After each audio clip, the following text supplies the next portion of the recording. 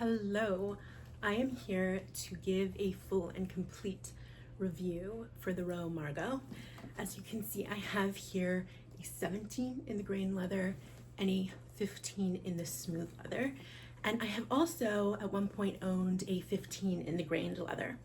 So I have got everything to share with you about these bags, and I know that they've become much more accessible online now, so a lot of you might be considering one for yourself.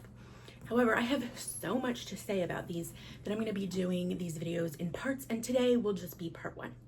So part one is going to be discussing the quiet luxury as well as comparison to the Hermes Birkin appeal of the Row Margaux, and whether it fulfills that and whether that is a reason you should want to buy this bag. Part two, I'm going to do an in-depth comparison between the sizes and the leathers. I truly believe that this is a bag that the different leathers and different sizes are, I wouldn't say a completely different bag, but they have really different uses and really different appeals for different people.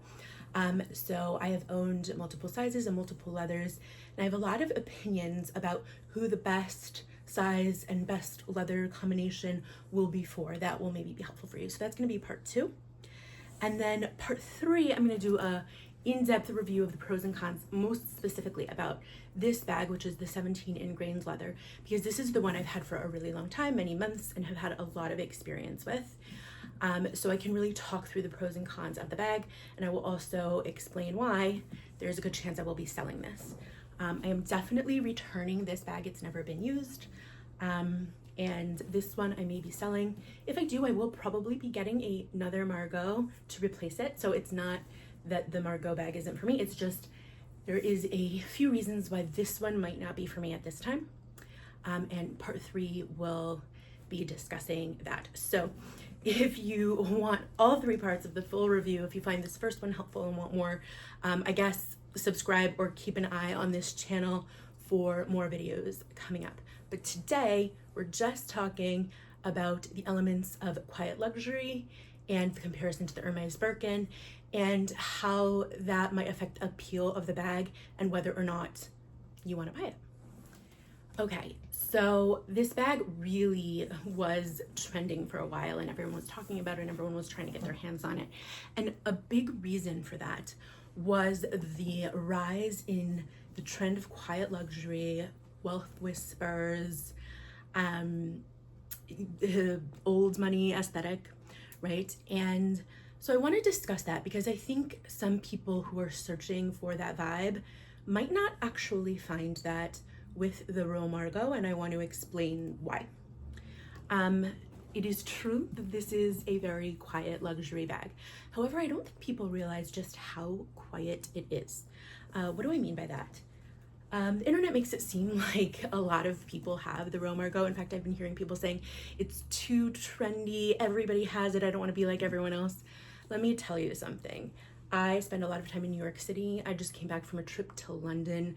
I spend time in multiple trendy, well-off communities around New Jersey and Connecticut. I have never, that's not true. I was gonna say I've never seen another Margaux in the wild.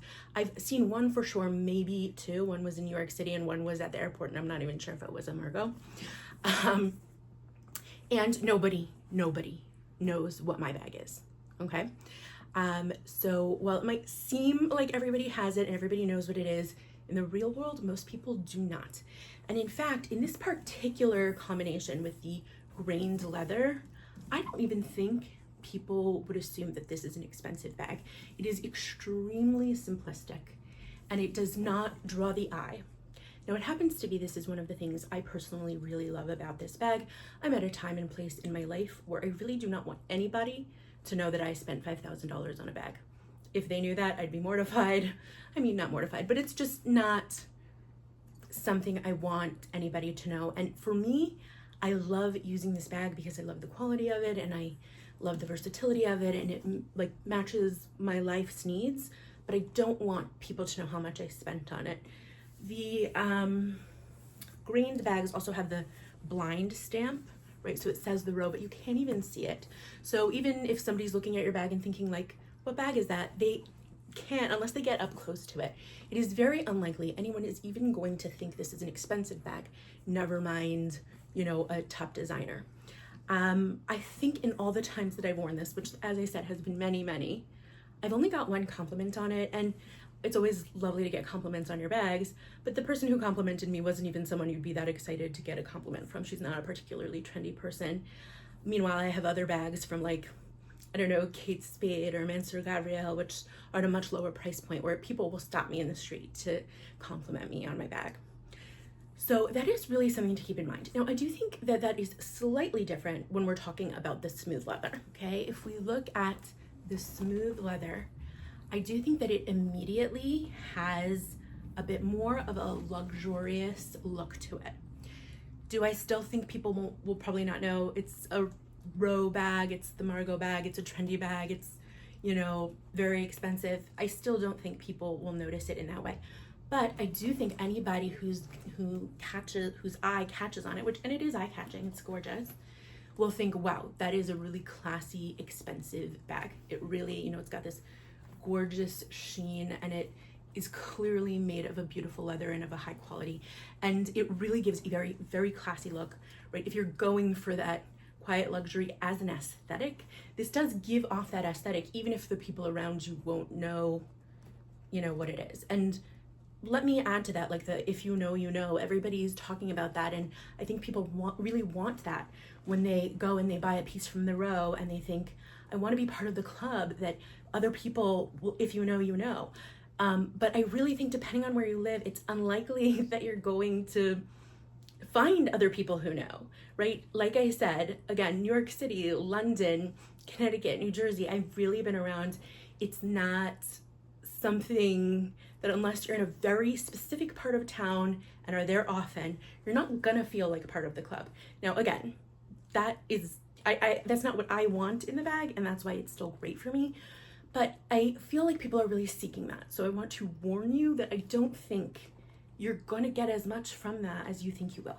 Though if you want that, I do recommend the smooth leather, because as gorgeous as the grain leather is, as much as I love it, and I'll talk about that in the leather comparison video, I really think it gives off a much more casual, less, it's chic, but in a casual way. It doesn't give off expensive bag vibes in the same way that this one does pull off a little bit more.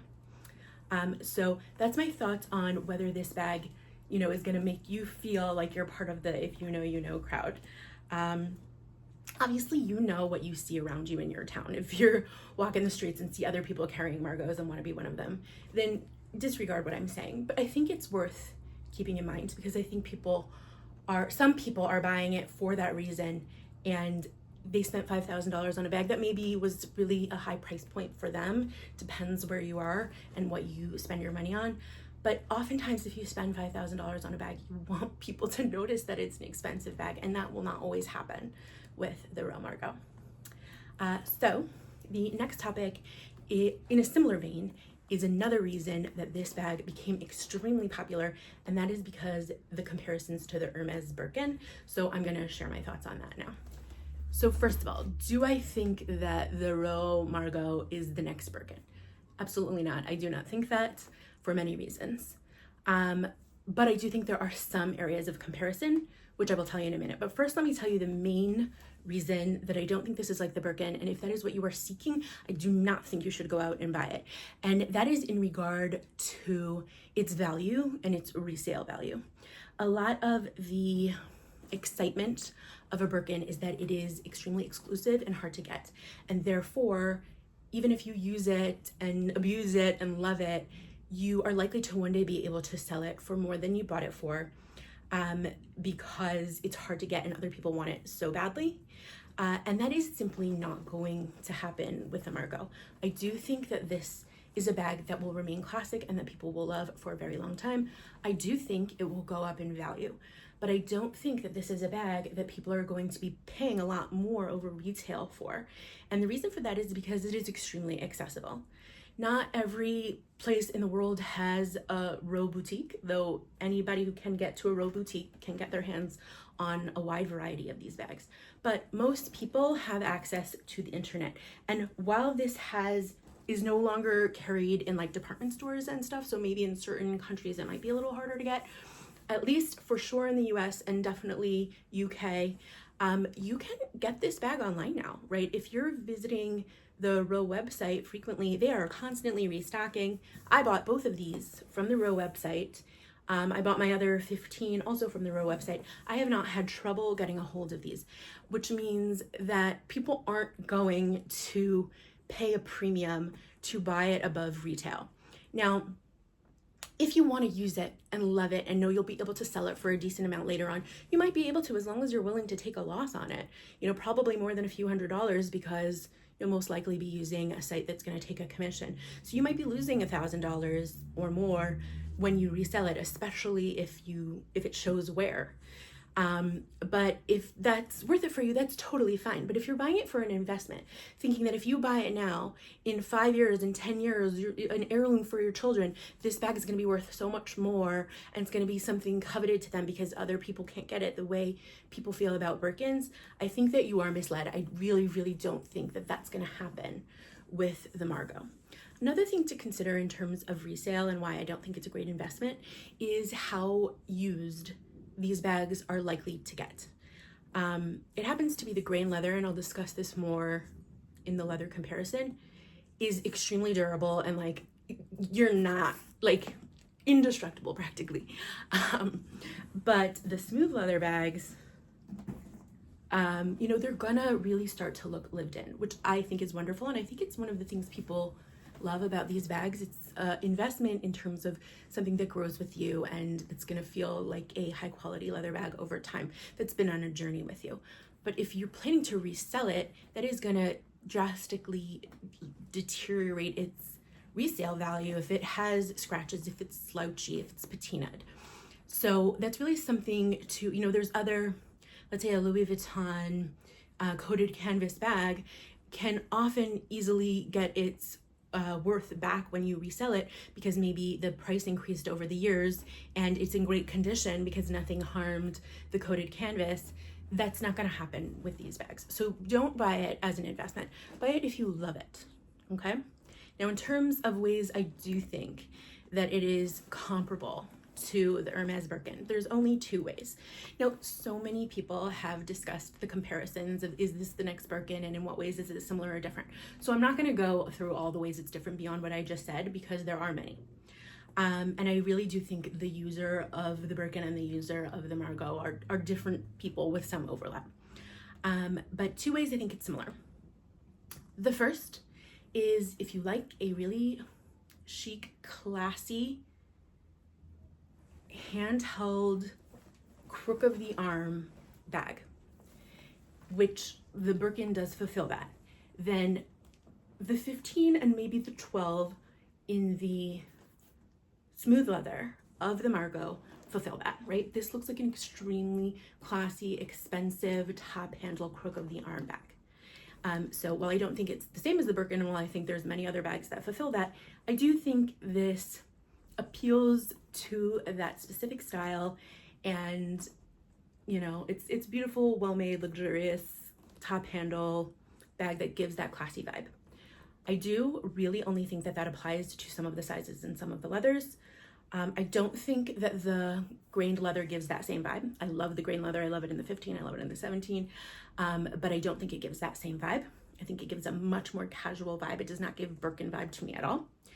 And even some of the smooth leathers, right? Like if I think of the really natural leather color, I think it's Cure, right? Very light. That one tends to really patina and get a lot of coloration and have a much more casual look, versus one like this, which I do think has a real chicness to it that is in some ways comparable to the style of a Birkin.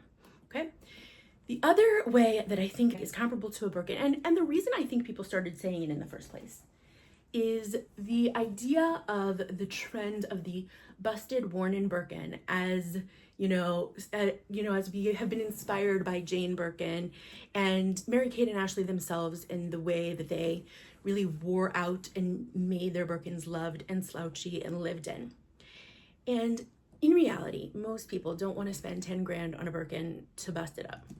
But this bag, especially in my opinion, in the size 17, is made for that exact vibe. You're not buying it and ruining it. It immediately has that slouchy, lived in, use it for everything vibe.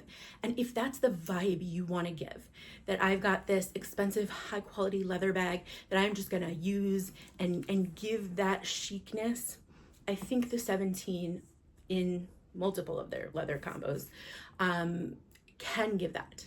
It's not the same as a busted Birkin with its, you know, very recognizable hardware and everybody knowing that's a $10,000 bag that you used and abused, and you know, but I do think that it gives that slouchy big bag energy with a little bit of that busted Birkin vibe. And so I think, you know, seeing people like Jennifer Lawrence and even the Olsens themselves carrying the bag in that way inspired people to think it was like a Birkin, even though I don't really think it is. I also think if you want that vibe, in my opinion, I think you get that more with the 17 than with any other of the sizes, which I'll talk more about the size differences in another video. But I do find that the 15s hold their shape a little better. They will get slouchy and they will get used. They don't have that same big bag energy. I don't think they give that slouchy busted Birkin vibe in the same way personally. But if that's what you're going for, maybe the 17. So those are the only two ways in which I think these are comparable to the Birkin. They don't have the heritage of the Birkin. They're beautifully made and have great quality and nice craftsmanship, but nothing in comparison to what Hermes is doing. It doesn't have the resale value. They're not handmade, right? It's not the next Birkin, but it definitely is a bag that if you are the right person for it, you're gonna love, right? Like, I don't think I'm the only person who bought a Margaux and immediately thought like, I want more. You know, if I had endless money, I would have quite a few of these in different sizes and leathers because of how much I love them. I think the design really, really appeals to a certain type of person, but I do think a lot of the people wanting to buy one right now, it's not for them necessarily because they're seeking an alternative to a Birkin or they're seeking quiet luxury. And so that's why I wanted to make this video as the first step of my 3-part review in case that is you. So yes, I will be making 2 more videos. The next one will be an in-depth comparison of the sizes, colors, and leathers. And if you want to look out for that, go for it. I really hope that this was helpful for you. I'm happy to answer any questions in the comments, or, you know, if you put a question in the comments, it's maybe something I can address in my other 2 review videos. Have a great day.